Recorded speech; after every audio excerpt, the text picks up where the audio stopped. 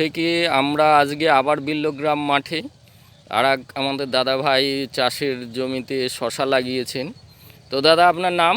সুভাষ প্রামাণিক, বাড়ি? বিল্লগ্রাম। বিল্লগ্রাম। আপনার এই শশার জমিতে ইন্ডিয়াগো ব্র্যান্ডের কি কি প্রোডাক্ট ব্যবহার করেছেন যদি কাইন্ডলি একটু বলেন।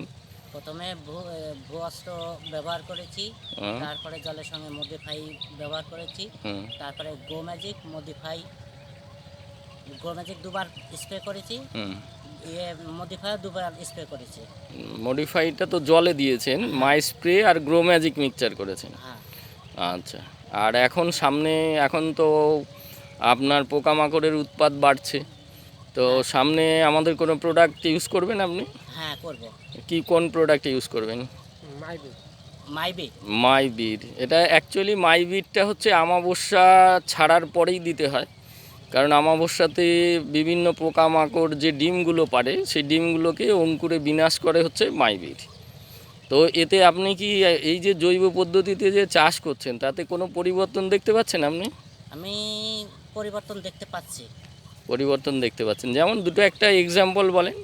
যেমন আমি আমার গাছে এই খরার সময়তে এত রকম আমি শিকড়গুলো মাটির বাইরে দেখতে পাইনি। আচ্ছা। আমি আজকে সারাদিন জমিতে কাজ করছি, আমার জমিতে আমি প্রায় প্রত্যেকটা সারিতেই দেখছি শিকড়গুলো আমার বেশ পরিষ্কার আমি বাইরে দেখতে পাচ্ছি। আচ্ছা, আর গাছের ডগাগুলো কেমন আছে আপনার? এই যে দেখা যাচ্ছে সাপের ফণার মতন সব ওপরের দিকে আছে। হ্যাঁ, প্রত্যেকটা গাছেই একই রকম। প্রত্যেককে বলবো যে আপনারা একটু ফলো করুন, দেখুন প্রত্যেকটা ডগায় একদম একই সাইজের এবং একই রকমভাবে আছে। সামান্য কিছু প্রবলেম দুটো একটা চোখে পড়ছে, তো আমি দাদাকে সেটা অ্যাডভাইস দিয়ে যাব। তো সবাইকে বলবো এই চ্যানেলটা দেখুন, এবং যারা শশার চাষ করছে নেক্সট বার কন্ট্যাক্ট করবেন, আমরা আপনাদের পরামর্শ দেব। এবং ভারতবর্ষকে আমরা অর্গানিক পদ্ধতিতে সমগ্র ভারতবর্ষে আমরা চাষ করছি এবং করব, আগামী দিনে ভারতবর্ষকে কেমিক্যাল মুক্ত করব। Thank you, wish you all the best. সবাইকে অজস্র ধন্যবাদ।